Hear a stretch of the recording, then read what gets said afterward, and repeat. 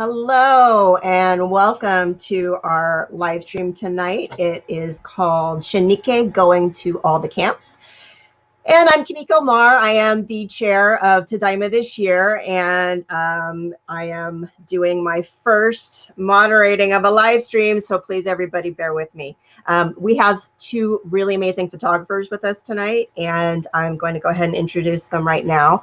Setsuko Winchester, you might remember her from last year. She was actually our very first artist featured last year during Tadaima, and she did the Yellow Bowl project. I'm just going to read her bio. Setsuko Winchester is a writer, historian, ceramicist, and conceptual artist. Before moving to Western Massachusetts in 2016 to pursue a lifelong interest in ceramics and the visual arts, she worked as a journalist at WNYC Radio and then for 10 years as editor and producer in Washington, D.C. at NPR's Morning Edition and Talk of the Nation. In 2010, she helped start her local newspaper, the Sandusville Times, and contributed as managing editor and staff photographer. In 2015, her interests in art, history, and journalism converged in an online project she called the Freedom from Fear Yellow Bowl Project. Using her skills in ceramics and photography, her work explores what it means to be an American and questions what freedom signifies to different groups at different times in American history, through the lens of mass incarceration of people of Japanese ancestry in the United States during World War II. The project involved traveling more than 16,000 miles across the US to some of the most remote parts of the country to visit all 10 of the US concentration camps that had been established by the FDR administration. So I'm going to bring Setsuko in. Hi, Setsuko. How you doing? Hi, Kimiko. All right. And then our next photographer is Haruka Sakaguchi. Haruka is a Japanese documentary photographer based in New York City. She was born in Osaka and immigrated to the United States when she was 3 months old. Haruka's documentary work focuses on cultural identity and sense of place. Her clients include the New York Times, National Geographic, Time, The New Yorker, Smithsonian Magazine, Newsweek, and the Washington Post, among other publications. Her project 1945 was on display at the Nobel Peace Center in Oslo from November 2017 to November 2018. And hello, Haruka. Hello, thank you for having me. Thank you for being here. This is really exciting to have both of you here. So I want, before we get into the topic at hand, I want to ask both of you to just share a little bit about the projects that you've already done in the past. And I'm going to share the screen here. And so Setsuko, if you could go first. This is a picture from Manzanar, I believe, from your Yellow Bowl project. Yes. So last year I did my talk. I showed all the photographs from all 10 US concentration camps, as well as additional places that I visited, which to me represented the idea of freedom from fear, or the four freedoms, and who had them and who didn't. And so these just show these 120 yellow tea balls. And I don't know if I mentioned it last year, but there's actually 121. The one was supposed to represent me. And it's kind of like I just placed an extra one in there just in case one of them broke, but also I ended up using them in most of my images. But anyway, so they're supposed to represent families. You'll see that they're all different sizes. Each family has a different bowl, has a different shades of yellow. And so, like the first set is like mom and dad and teenager and a little sister or something like that. But to me, they represent people and what happened to them. So I wanted to see where, if I was Japanese American in 1942, I had 1/16 Japanese blood, where would I have gone? So that's why I went to all the places to sort of give a tribute, remind people of where these places were, what the names of these camps. And this is one of my favorite images because I took it at the Four Freedoms Rotunda in Stockbridge, Massachusetts, which is right near my house, at the Norman Rockwell Museum. And this is the painting of freedom from fear. And so I realized doing all the research that in 1942, I was the fear. I was what Americans were afraid of. So anyhow, that's what that symbolizes. And part two, it's this Yellow Bowl project is it's part of a trilogy.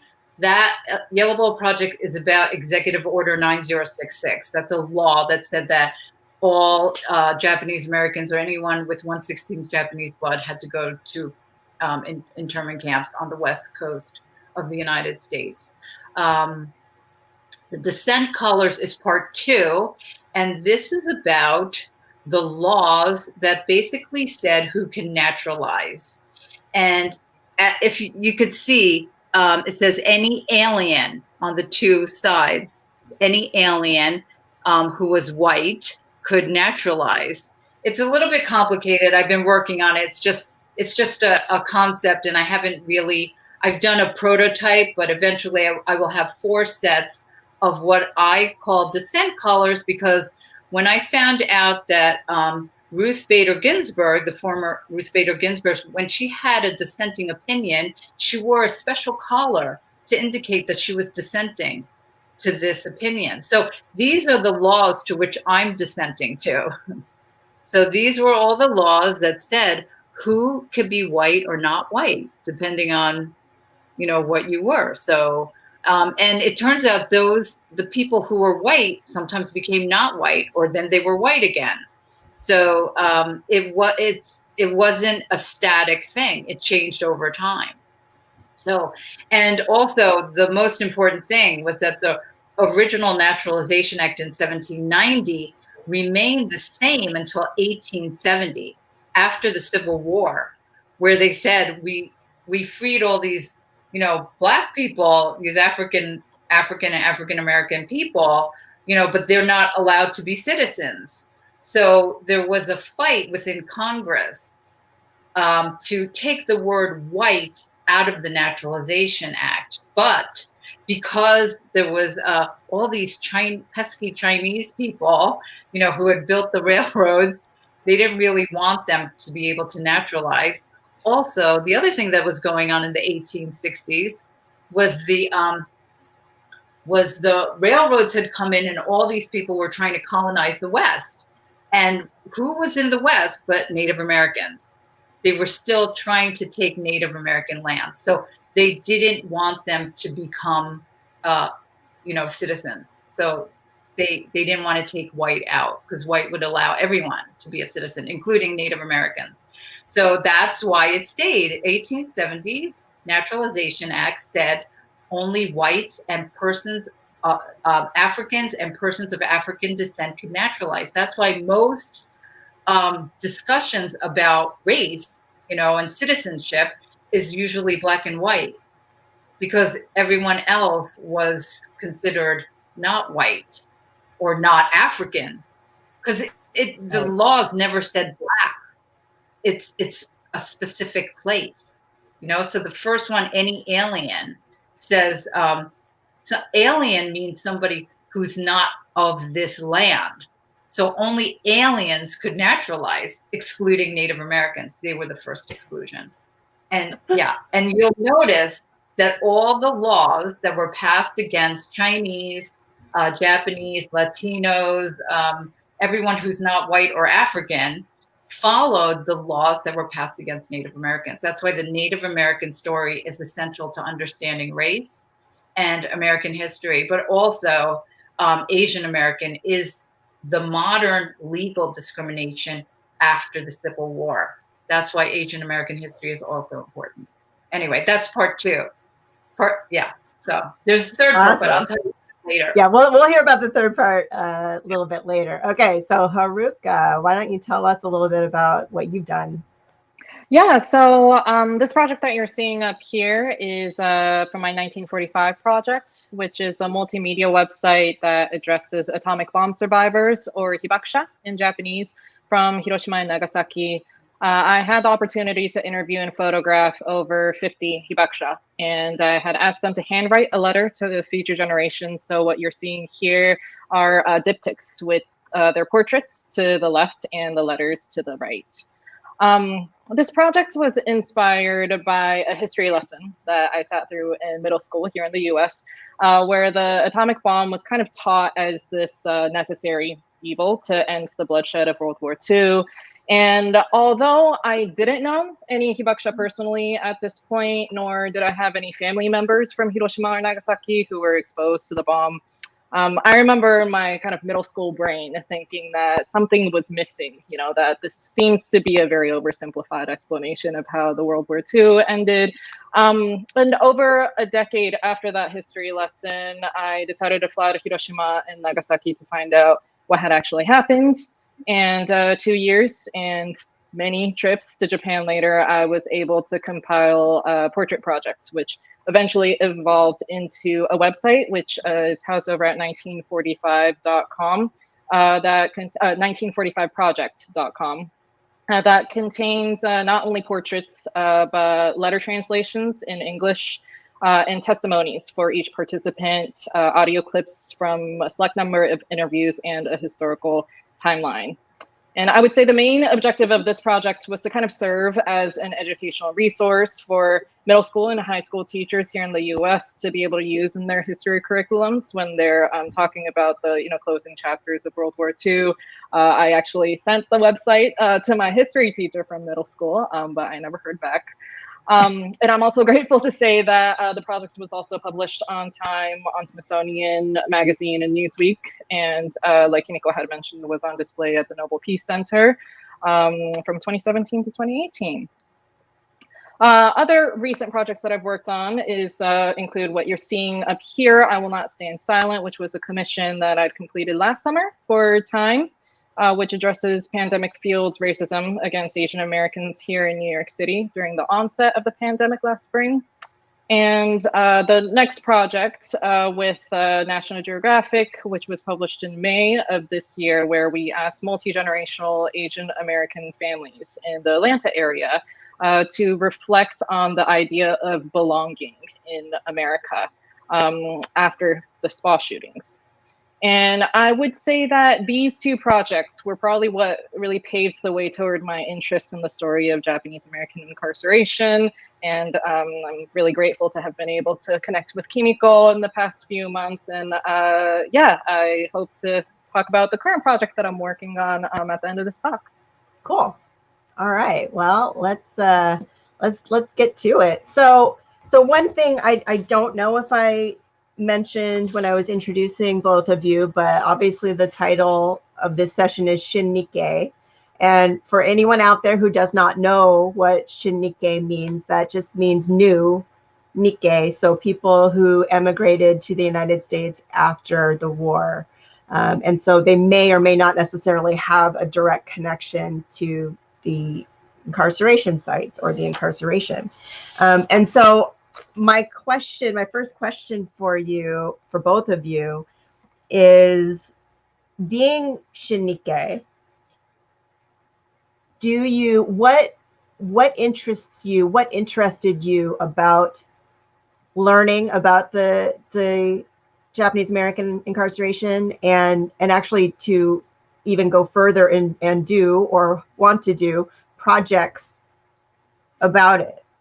And I'll go ahead and we'll start with you, Haruka. What motivated you what interests you about it?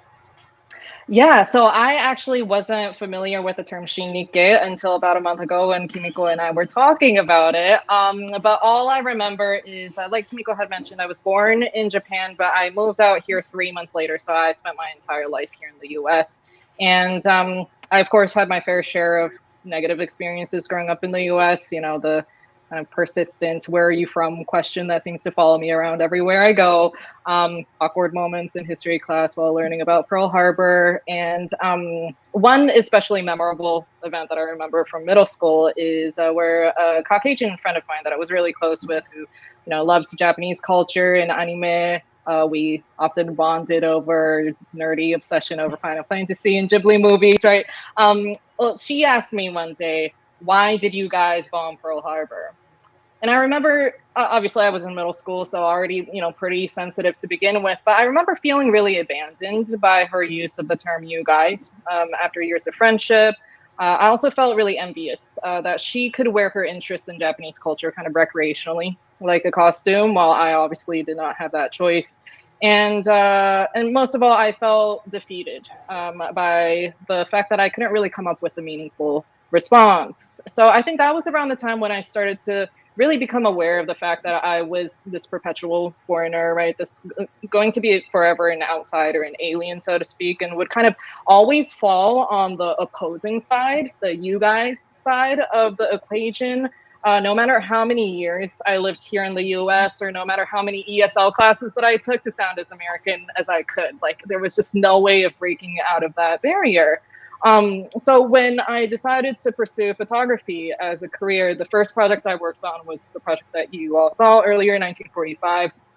And I think the thing about this project was that it really dropped me kind of squarely into the role of being a Japanese photographer covering a Japanese story for an American audience. And I felt pretty comfortable in this role because even though I've spent my entire life here in the US, I think that role helped me reconcile this feeling that I grew up with, that I would never be an American, that I'll kind of always be a Japanese person, if not a lesser version of one. So I also didn't help that I grew up in an area with very few Asian Americans. So I never even knew that the term Asian American was coined not too long ago, and it could be a political identity as much as it could be a racial identity. I often envied Japanese American kids in nearby LA. I lived about an hour and a half to 2 hours outside of LA. And I did envy the Nikkei kids who seemed to have this home in America, who may have had peers in class that looked like them, and who were throwing these mochitsuki and taiko performances in LA with this kind of beaming pride, right? While also appearing to own their American identity. And here I was kind of languishing alone in this small town in the desert. And, I was wholly disinterested in kind of finding a home in my adopted country in the US, but I also knew deep down inside that I've been away from Japan for way too long to be accepted into my home country in Japan. So it wasn't really until the pandemic, until I started to kind of contemplate an Asian American identity, after I had experienced pandemic-fueled racism in New York City. And as you can imagine, I was in danger while walking down the streets, not because I was a Japanese person, but because I had an Asian face. So I think a lot of, Asian people were confronted with this identity around this point. And previously, I kind of had this general resistance toward working on Asian stories in the field of journalism and photography, because I felt like I would be pigeonholed into covering not only API stories. But I was given the opportunity to kind of work on a few projects regarding the anti-Asian hate during the pandemic. And because I had experienced it personally, I decided to take these jobs. And as I was interviewing the Asian Americans in New York City for the Times story that you saw earlier, or the other Asian American families in Atlanta about belonging in America, I realized that I identified more with these Asian American families in ways that I never have with anyone in my life. And, they knew what it felt like to know that you belong nowhere, to be forced to kind of choose a side, so to speak, to make other people feel comfortable, and to be kind of treated like you're the lone spokesperson for a home country that doesn't even accept you, or that doesn't even embrace you. And through talking to Asian Americans, I realized that I shared more with them than I did with my peers in Japan. And that in many ways I was American all along. And one, I guess, catalyst for me really kind of gaining an interest in the Japanese American incarceration was when I met a Nikkei man who was formerly incarcerated in the camps when I was working on the Nat Geo story. And because the story was about belonging in America, I figured like how perfect, it would be so wonderful to be able to get a perspective about belonging in America from someone who was forced to confront this question in the most literal and consequential way, right? So I requested a portrait of him, and he refused. And I later found out that he found the project premise to be triggering, and it brought back memories of the loyalty questionnaire, which fractured his family.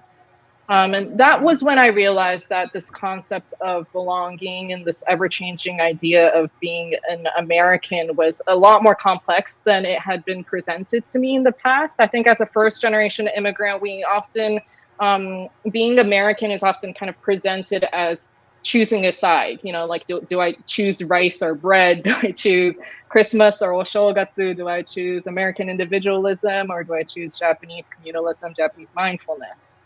And that was when I realized that being American is kind of a lifelong process of defining your place here in this country. And that my former interpretation of being American was pretty absolutist. You know, it condensed this multi-dimensional experience into a two-dimensional question. Which side are you on? Right?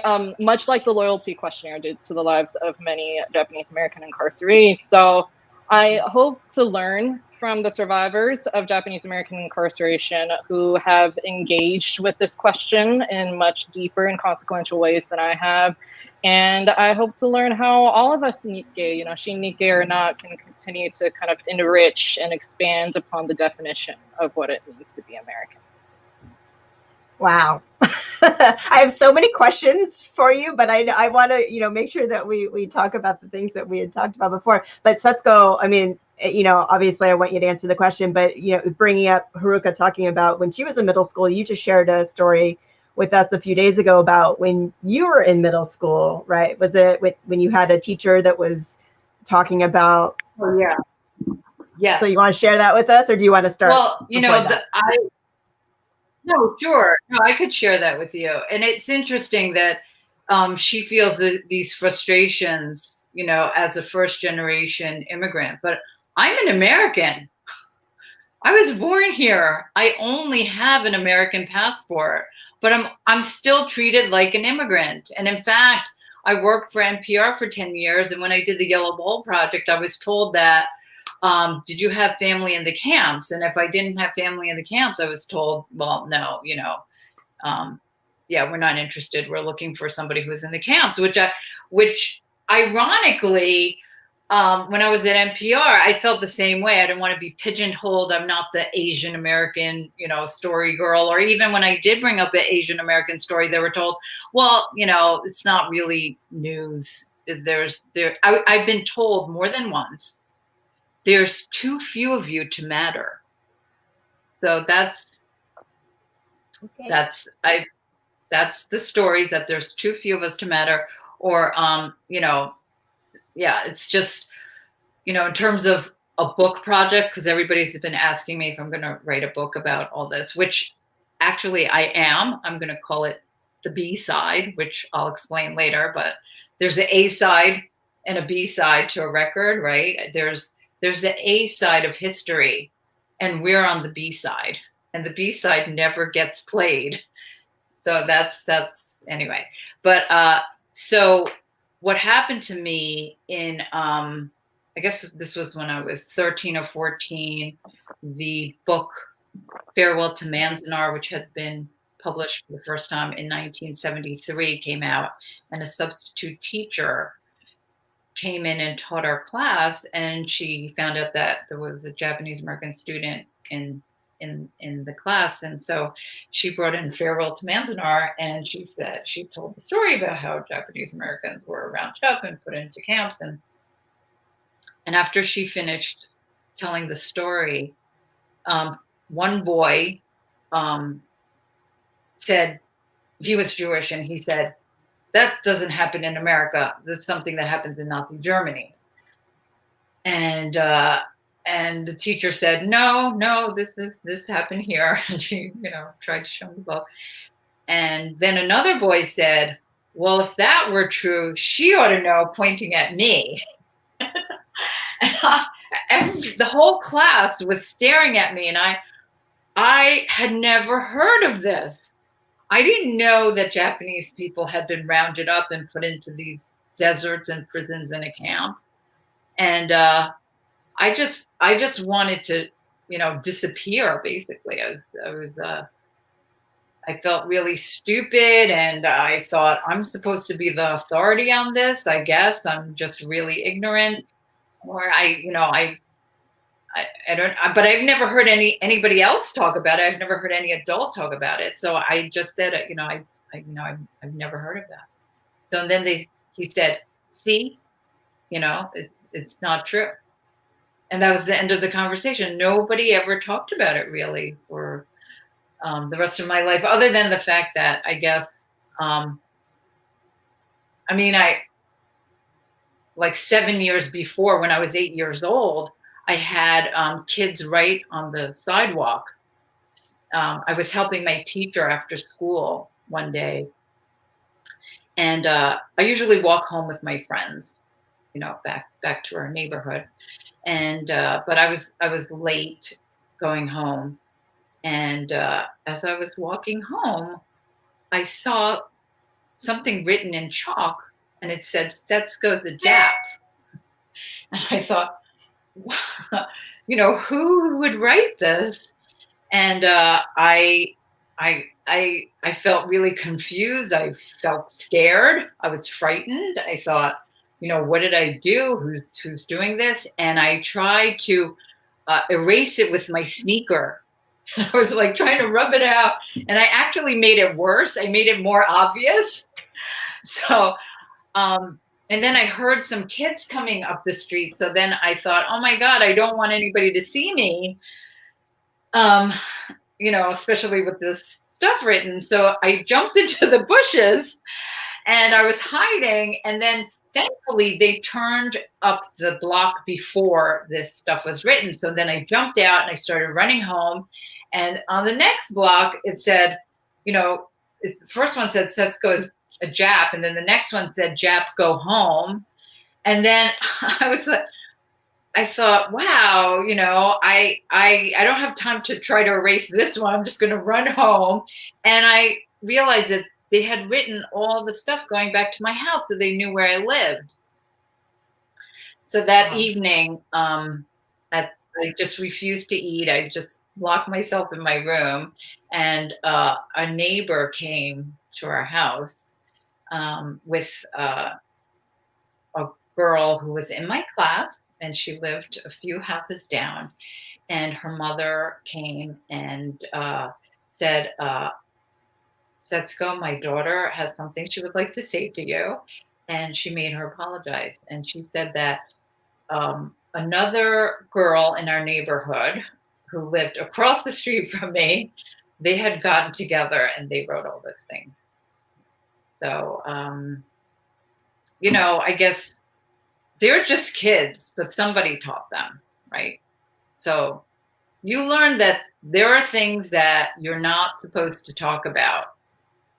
And I asked people about this story, what happened to Japanese people, and nobody would talk about it. And my parents were from Japan, so they didn't know about it either. They came in after the war. So they didn't really teach about this in Japan, and they didn't teach about it in America, and no one talked about it. So for a really, really long time, I just never wanted to explore this story. And in fact, if you did try to explore it, it was very difficult to find anything about it.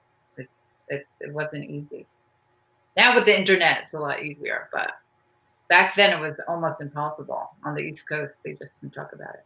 So why the Yellow Bull Project? Why did you choose that project, and why did you want to actually go to all of the sites, all of the sites of incarceration? Well, I think that when I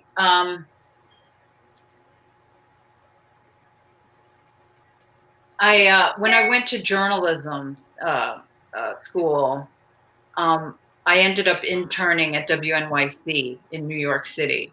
And one of my first shows, ironically, was the 50th anniversary of the end of World War II and the dropping of the atom bomb. And there was an exhibit that was supposed to be shown at the Air and Space Museum in Washington, D.C. And they had people in the aerospace industry and historians people had spent a lot of money, raised a lot of money to restore the Enola Gay to its, former glory. It had been in some warehouse and had been in disrepair. The windows were broken in and birds were flying in and had nests in it or something. And they had refurbished it, to its former glory, and it was supposed to go into I don't know if you've ever been to the Air and Space Museum, but it's this giant glass building, and they just were able to fit it in, and supposedly as you walked in, the first exhibit was an entire wall with hundreds, like thousands of conventional bombs, and it was supposed to show the power of regular bombs and what one little atom bomb could do. And that's what you saw when you came in, supposedly. And that show created so much controversy. There was a lot of veterans were against the show. They said it was anti-American. It wasn't true. There was also a lot of reports about by then, this was 1995. So by 95, there was a lot of historical records, archives, documents, books showing that dropping the bomb was not necessary. And a lot of generals said this and stuff. So this was all coming out in 95. And there was tons of protests and a lot of veterans and, just some historians in general lobbied Congress to stop this show, and it was canceled.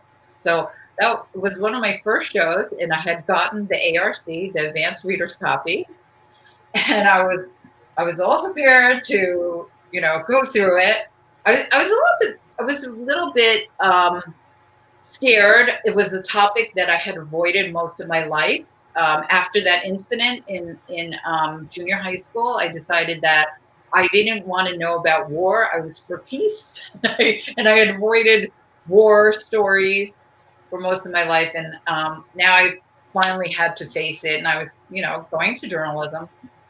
And so I was working like 2 little jobs, and I was going to graduate school, and I was working on a story, and I was running around, and I went to my favorite cafe in Nolita, and which was a Cafe Gitan, and I had ordered the coffee, my favorite coffee drink, and someone came in and we were talking, and then I realized I was late for an appointment, and I ran off and I left the ARC, the Advanced Reader's Copy, of the catalog for the show.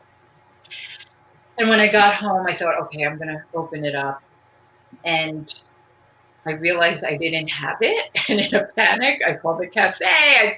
I went back everywhere that I went after the cafe, and I couldn't find it. And I had to call my executive producer and tell her that I lost it. She said, "Oh, don't worry, we're going to get the real catalog in 2 weeks." So I was like, phew. In those 2 weeks, the show was canceled. They never sent the catalog. So that has haunted me my whole life. And I've tried to,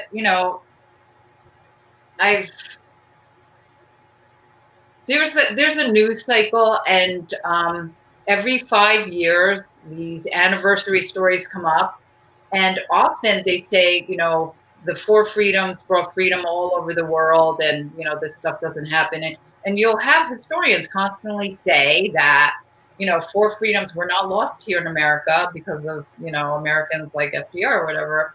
And they don't really talk about Executive Order 9066 or the Asian Exclusion Act or the Chinese Exclusion Act or the Alien Land Laws or 1790s Naturalization Act, which said that, only white people could naturalize. They never talk about any of that. So other than slavery.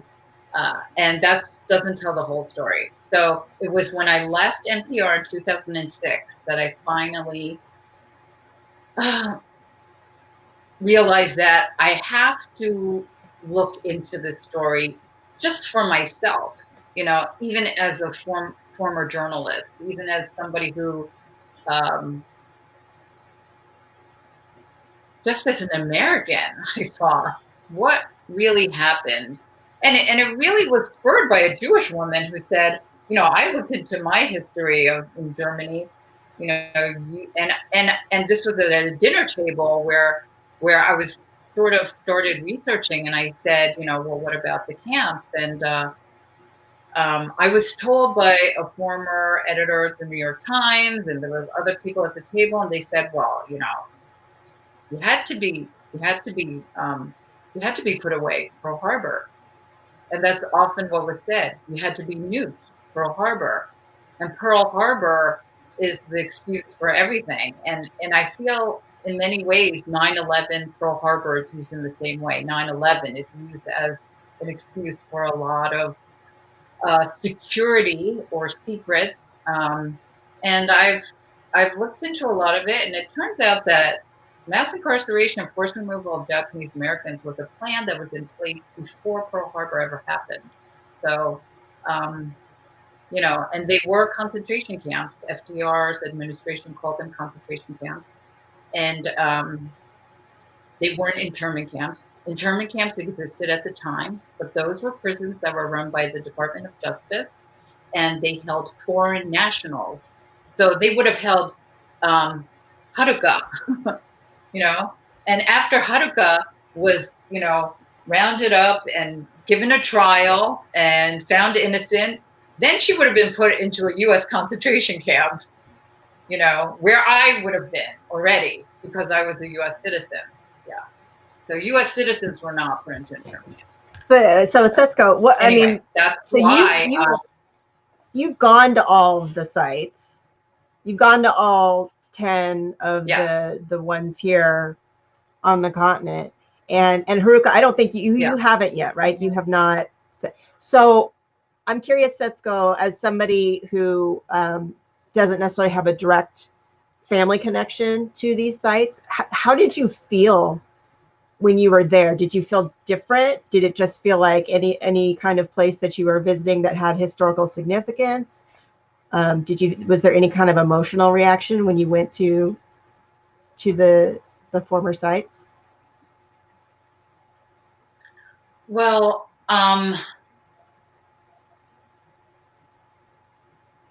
a lot of it was like when I went. Now there's a lot more things there, but when I went in 2015, some of the sites there wasn't much. There's no signage. There's no. I have this rudimentary book that I happened to find, and this couple went to all 10 camps in the 1990s and made these hand-drawn maps. That's the only way I found it. If I didn't have that, I don't think I could have found all of them, because not all of them are, National Park Service internment camps, and they don't necessarily have exhibitions. So some of them are now private farms. So like when we went to the first camp, Rower, there is a graveyard, and George Takei, who was in Rower, created some kiosks where you can sort of press buttons and hear things. But unless you knew it was there, it would be really hard to find. And Rower is a private farm, and I couldn't find anybody. I didn't want to trespass or anything. And I walked around trying to find the owner of the farm. And then I finally decided that I was just going to start laying the T-balls down. And I started laying all 120 T-balls. And then finally somebody showed up and they said, oh, I hope you don't mind. I'm a photographer. I'm just documenting, these camps. And so he said, oh, okay. Yeah, you're one of those people. Okay, yeah, that's fine. And he just sort of walked away, and he didn't really say anything. But I mean, when I went to Poston, for example, there's a memorial there, but when I went, the Native Americans who lived there. It's a Indian reservation. It's the sovereign land. I think of the Colorado Indians. Most of them didn't know, and when I went to the site, there's one spot where the original adobe barracks are. That's the only place where they have adobe barracks. They use it as a community center, and I found two young, half Latino, half Native American teenagers sort of smoking cigarettes in the back. And I was trying to find a way to get into the sort of these metal gates around, and I was walking all around to see if I could get inside. And they said, "Oh, there's a hole in the fence on the other side of the." So I was like, okay. So I went around to the other side, and we literally lifted all the boxes one at a time into the fenced-in area, and that's how I created that image with the tea bowls. And I separated them out into families and laid them out. But in the background is the original water tower that was used at the time. But Gila River and Poston were the two places where Native American, Japanese people were put on Native American land, and most Native American tribes said they didn't want to have it on their land because they didn't want to do to another group of people that was the same thing that was done to them. So I think it was controversial at the time to put them there, and there's still a little bit of controversy today. So, but this is how complicated this story is. It's really complicated. So Haruka, I have a question for you.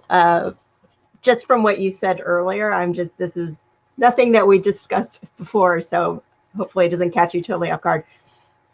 I'm curious, the way you were describing yourself as not really being accepted in Japan, as being Japanese and not being accepted here.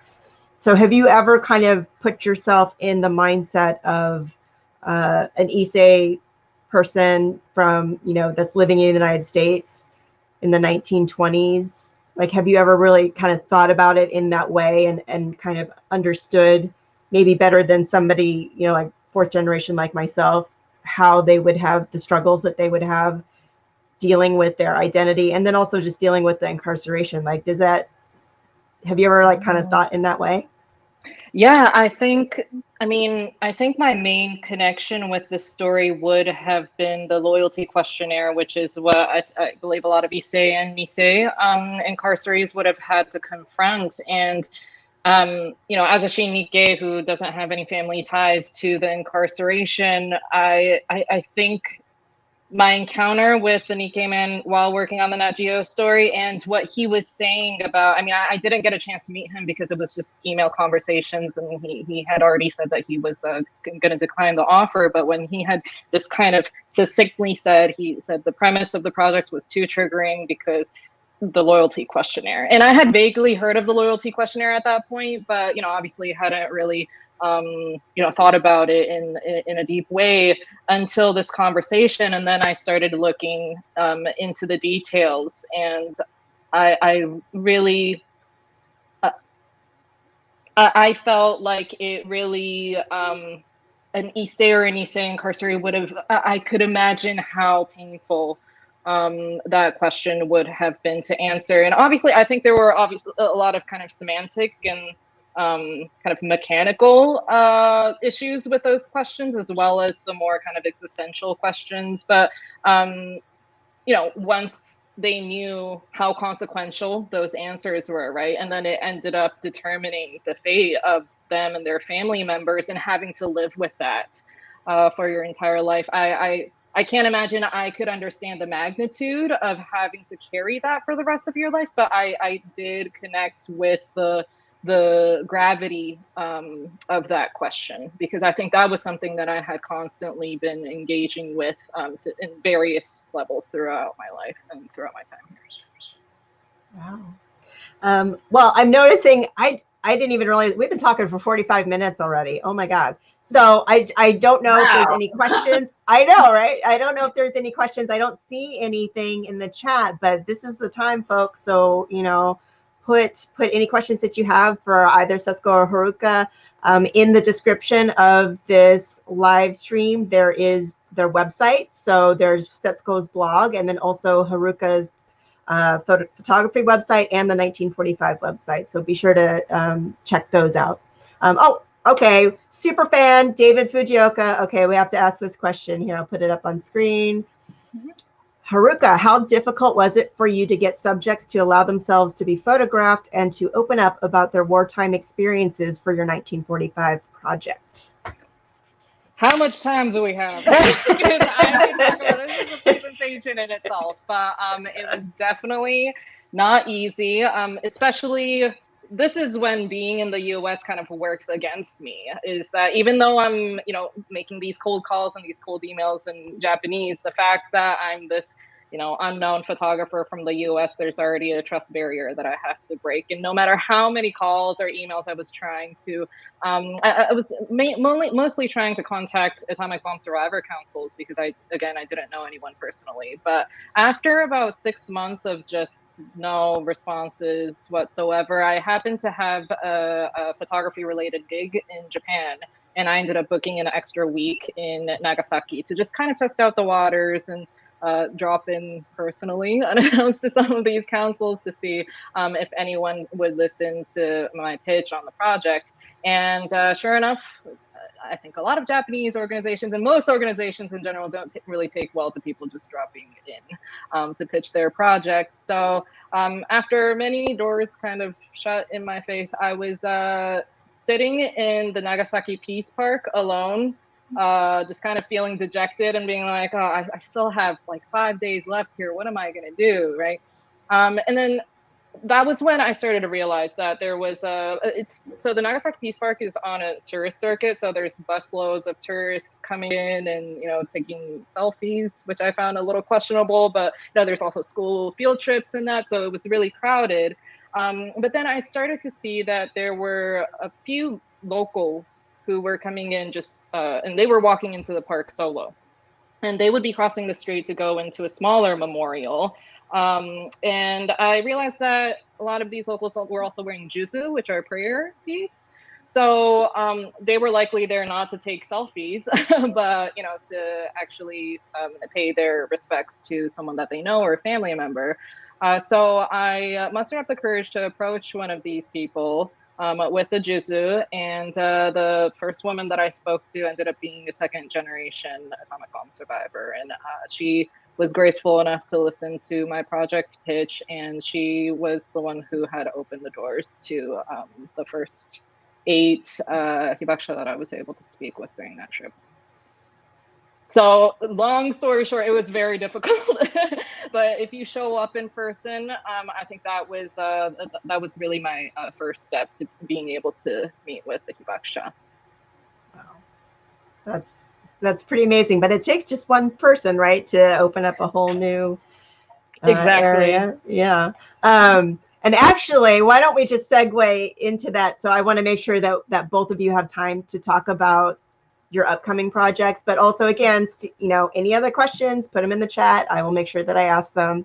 But so Haruka, let's just go into the reason why you reached out to me, how we met, and then what. So just tell all of us out here what it is that you want to do. So like I was talking about, there were a couple due to these 2 projects that I worked on, and the Nikkei man that I had spoken to for the Nat Geo project, I became really interested in the story of Japanese American incarceration.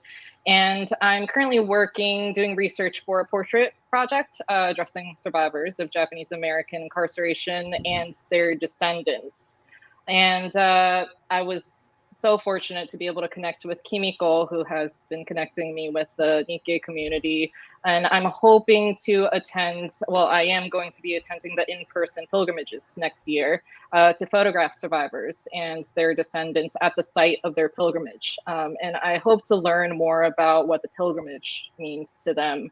I really found that these pilgrimages especially after meeting the Nikkei person who was formerly incarcerated, I found that the premise of the pilgrimage and its potential to bring healing and closure to the multi-generational trauma of Japanese American incarceration, it's so powerful. So I hope to kind of center this project on the pilgrimage and the visitors who attend these pilgrimages, and talk about the intergenerational trauma between the survivors and the descendants, and how descendants would interpret the pilgrimage and the site of the pilgrimage versus the survivors. So yeah, I hope the project will be kind of presented similarly to the 1945 project, as in the form of a multimedia website, including not only the portraits taken at the pilgrimage, but also the individual stories presented via text and audio clips, as well as a historical timeline for context. So if you are a survivor or descendant of a survivor who is planning on attending any of the pilgrimages next year and would be interested in being photographed by me, please get in touch at hsakag@gmail.com. My work lives over at harukasakaguchi.com. I'll leave that information over on the chat, but I really look forward to meeting all of you. And I have to say, I see that Paul Tomita, hi Paul, is watching, and Paul and his wife have been, I believe, to all 10 camps, and he was also in Minidoka, so he would be a great person to talk to. So Paul, let me know if it's okay to share your email with Haruka. I'll put you two in touch. Okay, and so Setsuko, tell us about part 3. So part 1 was the bowls, part 2 are the collars. What's part 3?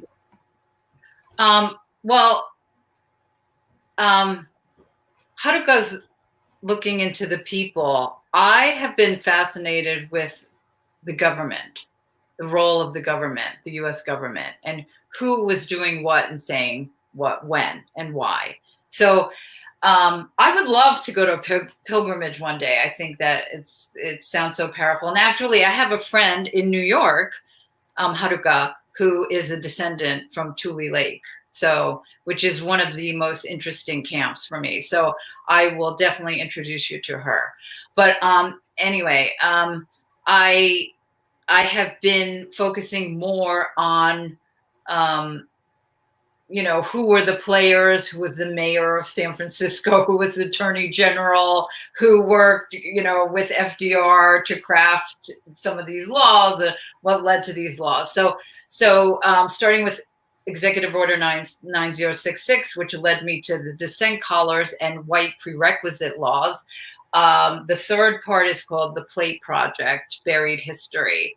And the idea is to take all these exclusion laws that resulted because of people being ruled not white, therefore ineligible to naturalize, therefore ineligible to own land or to vote or to, stay in the country, or, you have to be deported, or you couldn't study law, or, there's all kinds of consequences that happened because you were part of a group labeled ineligible, never able to naturalize. So, that part 3 is the exclusion laws as a result. And the idea was, Yellow Bowls, I took them to the sites and photographed them. The dissent colors, I'm actually going to craft them out of clay and carve the whiteness laws onto them. And then the third part is plates, and the plates, I want to have the exclusion laws and actually bury them with the act of unburying them is to hidden history, buried history. I'm going to unbury them, literally. So that we should know about this story. It's an American story. I've been told so many times, take your story to the Asia Society or the Japan Society. And I keep saying, this is not about Japanese people. It's not about something that happened in Japan.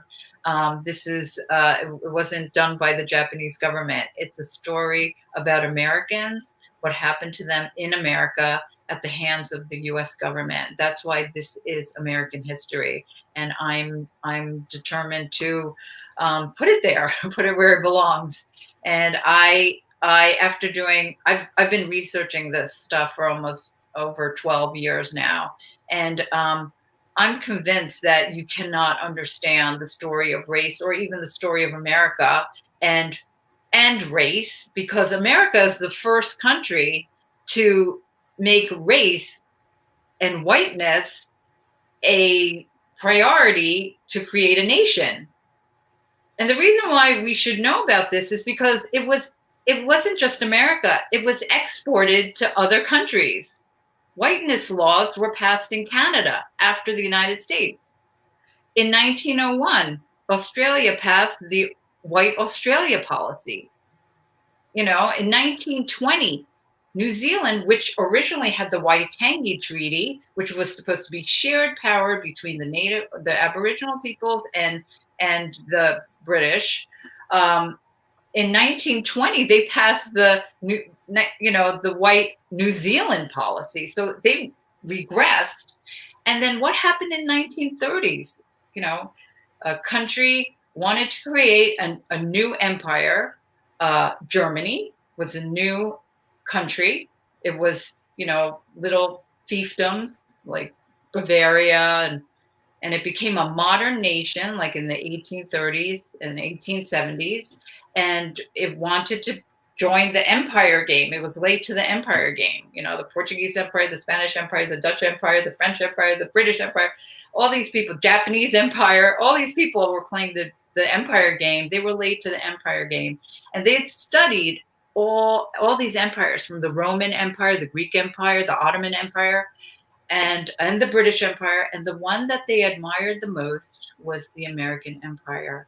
And what they admired was its ability to eradicate and get rid of all its native people, and then to create a nation based on race with the whites at the top. So that happened in the 1930s. And then we go to war in the 1940s to bring freedom to all people everywhere, anywhere in the world. Those are the 4 freedom speech that FDR gave in 1941.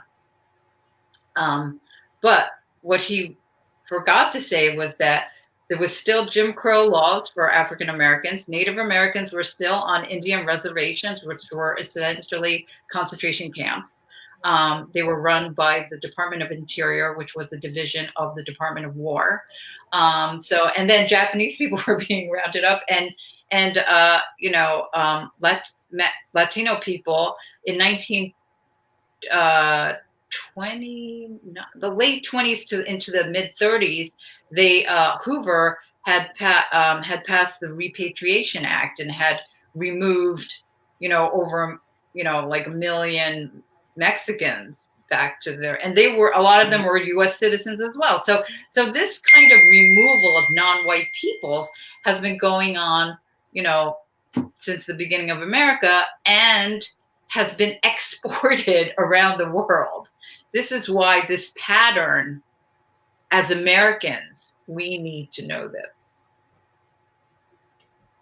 I agree. And I think we have a question here from Simon Winchester saying, would you like to see all the camps run by the MPS rather than the haphazard manner in which they are run today? So would you, do either of you have an opinion on should the government, national park system, run these confinement sites like they do 3, possibly 4 of them, or should they continue the way that they are currently? Frankly, having visited all of them, and not all of them have an interpretive site, but the one that impressed me the most was Heart Mountain, because they were the first ones to actually use the term concentration camp. They were they had so much more information, things that were considered taboo by the government. And I think it was because they were private. Whereas Manzanar, they had, there's this horrible book by, I forgot what the name of it. It actually justifies Michelle Malkin. Yes, Malkin. Yeah. And at Manzanar, I said, why do you have this book? And they said, we have to have it for freedom of speech. But I said, but it's false. It has false, information in there. It's like misinformation. It's not whether, it's you're giving free speech. It's just false. But because they're a government organization, they said they had to present the other side. So the other side isn't necessarily, what is it, Republican or Democrat? It was both Republicans and Democrats who put Japanese people into the camps. It wasn't a right or left thing. It was a Japanese non-white thing. So, I think a mixture of both is not a bad thing. I think some of the private institutions are the ones who pushed the government ones to re-examine or, to include uncomfortable truths. So, no, I don't think it should just be one or the other. Yeah. Do you have an opinion, Haruka? I know you probably haven't been to any of them, so it might be hard to have an opinion without seeing.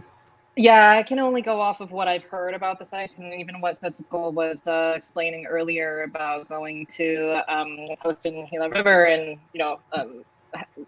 them being on tribal lands. And I think one question that I had was, I wonder if obviously there was a lot of controversy on these sites being on native land, but I wonder what the natives think of it, how they interpret the land being like right now. Is that something that they want would they want the responsibility of maintaining that land? Do they see any significance in memorializing that plot of land? Like, I think that would become, a crucial question when we're talking about land management, right? Well, I could pertaining to these two sites. Yeah, Gila River is one of the hardest camps to get into, and that's native sovereign land, and you have to get permission from the tribal council. And so I didn't realize this. I just thought, I'll just go. And I found out that you had to, there's this whole application process, and it took like 3 months or something like that, or more, 6 months or something. And Paul Shorthair, he's the one who was my liaison, and he presented my case for me. And if you're Japanese American, they will give you special consideration to visit the sites. And they have the most preserved. It's probably the most preserved place out of any of the camps. There were two camps.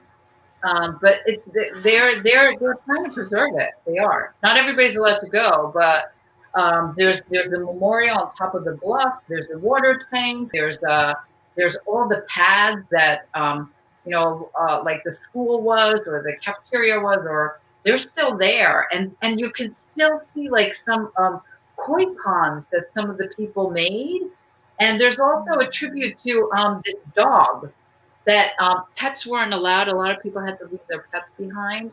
But there was a German Shepherd named Cookie, and there's a tribute to her. It's like so heartbreaking. But Gila River is. It was one of the most successful camps in the sense that they were really successful at creating irrigation and farming, and they were able to produce so much food that they were able to feed all the other camps. Otherwise, I think a lot of people would have starved. Because, some places, they're put in the middle of the desert. You're not going to grow any food. So thank you for bringing, for both of you for bringing that up. Because one, I will say that next week, we are going to have a live panel discussion with Marlene Chikakawa, who does the Poston pilgrimage. She's the head of the Poston Community Alliance, and she is going to have a member of the CRIT, the Colorado River Indian Tribe, on this panel with her. So Haruka, you'll have to watch, and you can ask directly. And then about the food, we actually are going to have a couple different sessions later on in Tadaima that specifically talks about the farm labor programs. So the programs that people were able to leave camp to go work on farms. That one is going to be later in the month by Grace Morizawa of National Japanese American Historical Society. And then also Paula Fujiwara is doing a talk, a live discussion about food in camp as far as the actual politics of the food. So not the types of food, but what happened with the food, you know, how they were rationed and things like that. So you both just like gave plugs for sessions that are going to happen later. So thank you very much. And I notice we are actually a little bit over. So I think that, you know, do you have either one have any parting thoughts that you want to share before we wrap it up? No, I just want to say that, yeah, Haruka's project is great, like the Hiroshima project, the Japanese and the English.